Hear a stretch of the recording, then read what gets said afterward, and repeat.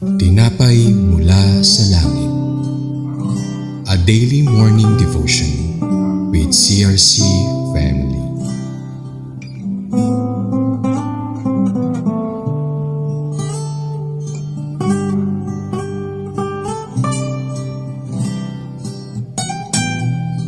Magandang umaga sa bawat isa. Ako po si Pastor Daryl Mahinay ng CRC Quensro, Bacoor Daughter Church. Samahan niyo po akong pagnilayan ang salita ng Panginoon dito po sa programang Tinapay Mula sa Langit, ang pang-araw-araw nating devotion sa salita ng Diyos. Tayo po ay manalangin. Panginoon, kami po ay nagpapasalamat sa panibagong umaga, panibagong kalakasan na ipinagkaloob ninyo sa amin. At sa amin pong maikling pag-aaral ng inyong salita, kayo po ang manguna. Bigyan niyo po kami ng sapat na karunungan na lubusan naming maunawaan ang inyong mensahe. At dalangin po namin na ito po ay makatulong sa aming pang-araw-araw na buhay at makatulong din po sa paglago naming espiritual. Minsan pa, we acknowledge your presence and we bring back all the highest praise. In Jesus' mighty name, Amen. Praise God. Our today's topic is entitled Two Minor Judges, Tola. Ang atin pong text ay makikita sa Book of Judges, chapter 10, verses 1 to 2. At ito naman po ang sinasabi. Sa verse 1, after Abimelech died, Tola, son of Puah, son of Dodo, was the next person to rescue Israel. He was from the tribe of Issachar, but lived in the town of Shamir in the hill country of Ephraim. At sa verse 2, he judged Israel for 23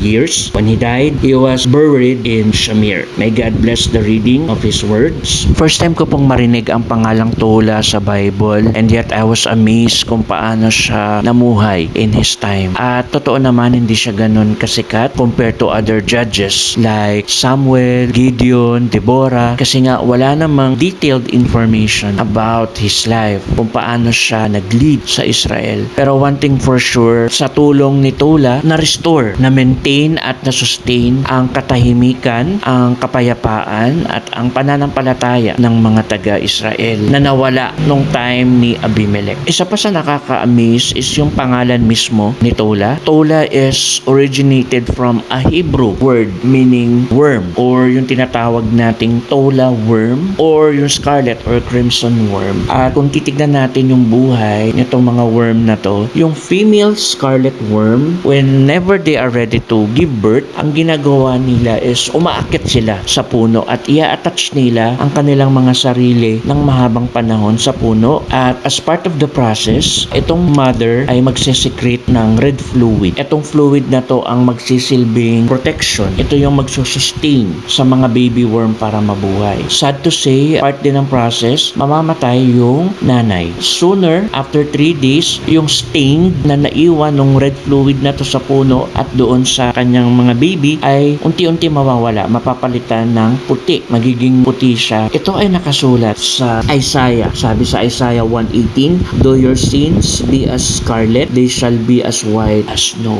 So, ang buhay ni Tola ay parang yung worm din, na siya ang naging daan para ma-restore, ma-maintain at ma-sustain ang katahimikan ng kapayapaan sa Israel. Siya ang naging salt, siya ang naging preserver ng mga panahon na yon, which will point out to Jesus na si Jesus is parang worm din. Nakasulat din yan doon sa Psalm 22 verse 6. Sabi doon, I am a worm and no man. At nakita natin na si Jesus din is inalaw niya ang sarili niya to be attached sa puno or sa cross, at doon dumanak din ang dugo. Nag-iwan din siya ng mark of blood, at itong blood na to ang nagsilbing protection, restorer natin para tayo ay maging malinis, maging maputi as snow. Ang buhay ni Tola ay pagpapahayag na ang paglilingkod sa Diyos ay hindi nasusukat ayon sa dami at laki ng nagawa. Higit sa lahat ay ang puso meron tayo habang naglilingkod. Nawa dumami pa ang katulad ni Tola na handang magsakripisyo alang-alang sa kabutihan ng nakararami. Sige po, tayo manalangin. Panginoon, maraming salamat po sa umagang ito. Salamat sa iyong mensahe. Turuan mo ang bawat isa na mag-alay ng paglilingkod ng may katapatan, paglilingkod ng may may kababaang loob na hindi naghahanap ng anumang kapalit or anumang pagkilala. At higit sa lahat, huwag kaming manawa na gumawa ng kabutihan sa aming kapwa dahil sinabi mo nga po sa iyong salita sa Galatians 6:9, let us not become weary in doing good, for at the proper time we will reap a harvest if we do not give up.